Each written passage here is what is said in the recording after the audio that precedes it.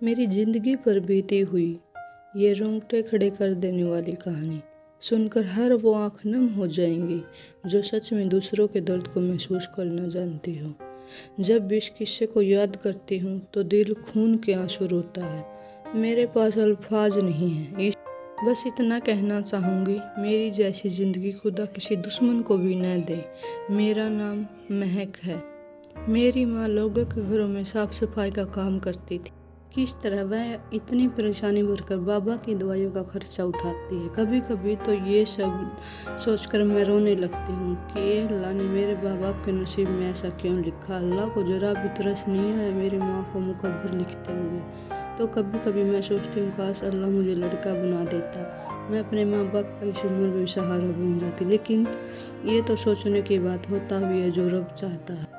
10वीं क्लास के बाद मैंने स्कूल छोड़ दिया और घर के कामकाज में माँ का हाथ बटाने लगी। कभी कभी वह मुझे भी अपने साथ काम पर ले जाती।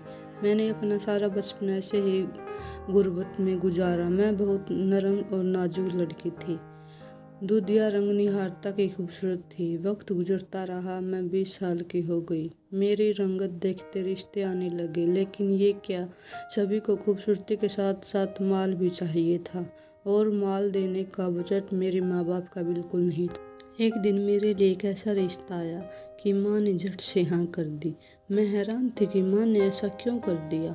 जब मैंने माँ से पूछा तो माँ ने बताया कोई वकार नाम का लड़का है, वह बहुत अच्छा लड़का है, मेरे एक दोस्त के जानने वालों में से है। उसने बताया है कि उसका अकेला है और उसके साथ भाई बहन कोई नहीं है, जिसकी शादी हो चुकी है। वह अपनी माँ के साथ रहता है, बाप नहीं है। इतनी सी फैमिली है। अगर तुम्हारी उधर शादी हो जाएगी तो मुझे उम्मीद है तुम वहाँ खुश रहोगी।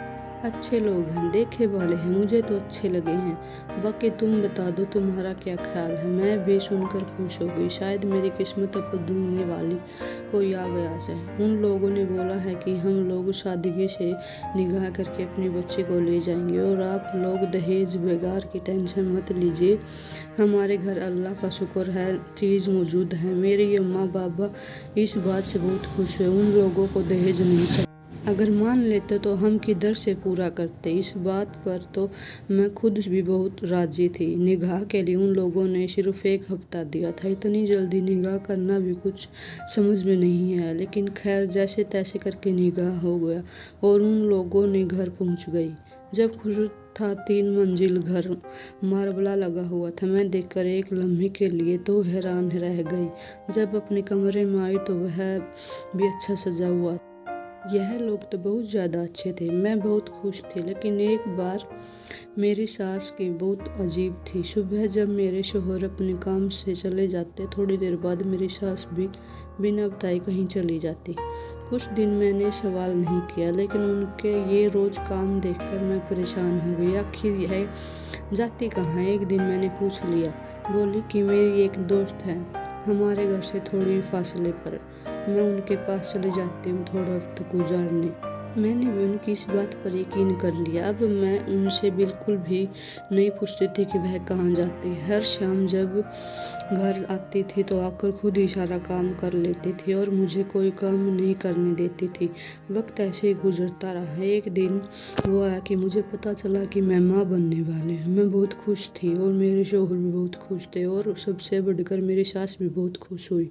उन्होंने मेरा बहुत ख्याल रखा। मुझे यह कभी कमी महसूस नहीं होनी कि मेरी माँ मेरे पास नहीं है। वह मेरी माँ से बढ़कर मुझसे प्यार करते थे और वो मुझे रोज़ाना रात को खाना खिलाकर दूध का गिलास अपने हाथों से भरकर पिलाती और जब तक मैं सो ना जाऊँ वह पास बैठे मेरे साथ फेंकती रहती। 1 महीने ऐसे ही गुजर गया। एक दिन अचानक मेरी तबीयत खराब हो गई। मेरे शौहर मुझे अस्पताल लेकर गए। तबीयत इतनी खराब होगी मुझे अपना बच्चा खोना पड़ा। यह सदमा के लिए 1 हफ्ते में बिस्तर पर पड़ी रही। मेरे शौहर ने मुझे बहुत संभाला, मुझे बहुत दिलासा दी कि मेरी सास भी मुझे ख्याल रखा। 1 हफ्ते बाद वापस पहले जैसी ज़िंदगी में वापस आ गई। वक्त गुजर गया। अल्लाह ने बहुत दुआएं करी कि मेरे गोद में फिर से पहले की तरह भर दे। मेरे शौहर मुझे बहुत दिलासा देते हुए अल्लाह की रहमत से नाउम्मीद नहीं छोड़े। कुछ दिन भर बाद अल्लाह ने मेरी दुआ सुन ली, फिर से प्रेग्नेंट हो गई। मेरी खुशी का ठिकाना न रहा और इस बार फिर 2 हफ्ते बाद ही मेरा हमल खराब हो गया। लेकिन हैरानी की बात थी कि मेरे शौहर और मेरी सास के व्यवहार में ज़रा भी बदलाव नहीं आया। मैं बहुत हैरान और परेशान थी। दिन यूं ही गुजरते रहे, मेरी तबीयत हमेशा ख़राब रहने लगी और मैं हर वक्त यही सोचती कि आखिर मेरे साथ ऐसा क्यों हो रहा है। और सबसे बड़ी ताज्जुब की बात तो ये थी कि मेरी सास और की मोहब्बत भी मेरे लिए कम नहीं हो रही थी। 3-4 बार प्रेग्नेंट हुई थी, लेकिन हर बार ऐसा ही मेरे हमल ख़राब हो जाता था। मैं अब दिमागी तौर पर बीमार हो चुकी थी, तबीयत हर वक्त ख़राब रहने लगी। कुछ समझ नहीं आया मेरे साथ हो क्या रहा है और क्यों हो रहा है। वैसे तो मेरी सास मुझे बहुत ख्याल रखती है, लेकिन जब भी कहती मुझे दवाई चाहिए तो मुझे साथ लेकर नहीं जाती। वह खुद डॉक्टर के पास चली जाती। बेटी तू बाहर मत आया कर, ज़माना बहुत खराब। इसी कशमकश में कुछ दिन बाद मेरे बाबा भी इस दुनिया में चले गए। मेरी माँ अकेली पड़ गई। सब कुछ अजीब सा हो गया था। यह दुनिया खाली खाली लगती थी। ऐसा लगता था कि ज़िंदगी तेज़ी से खुशी की लहर मेरी ज़िंदगी में आई थी, उतनी ही तेज़ी से मेरी ज़िंदगी जा रही है। लेकिन फिर मेरी ज़िंदगी में एक ऐसा दिन आया जिससे मेरी रूह की चीख में रख दिए। वह मेरे दिल की क़यामत से कम नहीं थी। उस दिन मेरी आंखों से सारी पट्टियाँ उतर गई। मैंने अपने शौहर को अपनी सास से बातें करते सुना था। मेरी आंखें और कान इस लम्हे को देखने से सुनने से पहले कुछ हुआ क्यों नहीं। मेरी सास रोज़ की तरह मुझे सुला कर चली गई। मेरे शौहर हमेशा काम से देर ही घर आते थे और मेरी सास उनको खाना वगैरह खुद ही देती थी। शादी के पहले दिन से आज तक वैसे यही काम खुद करती। अचानक मेरी प्यास से आंखें खुल गई। पानी पीने के लिए मैं बाहर आई, सर चकरा रहा, लेकिन फिर भी चीज़ों का सहारा लेकर मैं किचन में गई, पानी पिया और फिर कमरे में वापस आ रही थी कि अचानक हंसने की आवाज़ मेरे कानों में पड़ी। आवाज़ मेरी सास के कमरे से आ रही थी। कमरे के पास गई तो सुनना चाहा तो कमरे में से शौहर की भी आवाज़ आ रही थी। यही सुना कि आहिस्ता बोलो, कहीं महक उठ न जाए। तो आगे से मेरी सास बोली, वह नहीं उठने वाली, मैंने नींद की गोलियां दे रखी है, उसे सुला दिया, वह सुबह तक नहीं उठने वाली। यह सुनकर दोनों फिर जोर जोर से कहकर हंसने लगे। उनकी इतनी बात सुनकर मैं गिरने ही वाली थी। मुझे अपने कानों पर यकीन नहीं आ रहा था। आज तक मैं जो गोलियां खाती थी वो सब नींद की गोलियां थी। तब भी मुझे सुबह से पहले होश नहीं आता था कि यह लोग मेरे साथ कर क्या रहे हैं। मैंने उनके और बातें सुनने की कोशिश की, लेकिन सुन न पाई। अगले दिन मैं उठी, उन लोगों को शक न होने दी कि मुझे उन पर शक होने लगा है। दिन ऐसे ही गुजर गया, रात हो गई। रोजाना की तरह मेरी सास दूध लेकर दोबारा आई मेरे कमरे में। उनका ध्यान बढ़ते ही मैंने गोली छुपा दी और उनके महसूस कराया कि मैंने गोली खा ली और फिर जल्दी से नींद का नाटक करके लेट गई। थोड़ी देर में मेरी सास उठकर अपने कमरे में चली गई। जैसे ही मेरे शौहर आए वह सीधा उनके ही कमरे में चले गए। कुछ देर बाद फिर से उन दोनों की हंसने की आवाज़ आने लगी। मैं धीरे से उठी और उनके कमरे के बाहर कान लगाकर उनकी बातें सुनने लगी। लेकिन आज तो मैंने सुना, काश वह कभी कोई न सुन पाती। मेरे शौहर और मेरी सास, जिनका नाम जोबिदा था, आपस में बातें कर रहे थे कि जोबिदा, मुझे लगता है कि यह औरत भी बच्चा पैदा नहीं कर सकेगी। क्या फ़ायदा हुआ मेरी दूसरी शादी करने का। तुमसे औलाद नहीं हो सकी, इसलिए तो इससे शादी की थी, लेकिन यह भी माँ नहीं बन सकती। अब मैं क्या करूँ। मुझे हर हाल में किसी भी तरह बच्चा चाहिए। जुबैदा बोली, मैं अपने शौहर के एक और शादी करा दूंगी, एक प्यारी सी लड़की से, देखना वह आपका जरूर बच्चा देगी। वकार बोला, तो फिर इसका क्या करेंगे। जुबैदा बोली, यह तो ऐसे ही मर जाएगी, तुम इसकी चिंता न करो, मेरे पास इसका सब इलाज है। तो इस बात पर दोनों खूब हंसने लगे। सुनने के बाद मेरे पाँव के तले से ज़मीन निकल गई। मैंने तो कभी ऐसा भी नहीं सोचा था कि औरत को, जिसे मैं अपनी सास समझ रही हूँ, का दर्जा दे। यह तो मेरे शौहर की बीबी निकली। यह सब मेरे साथ हो क्या रहा है कुछ पता नहीं चल रहा था। मैं जल्दी जल्दी अपने कमरे में भाग गई।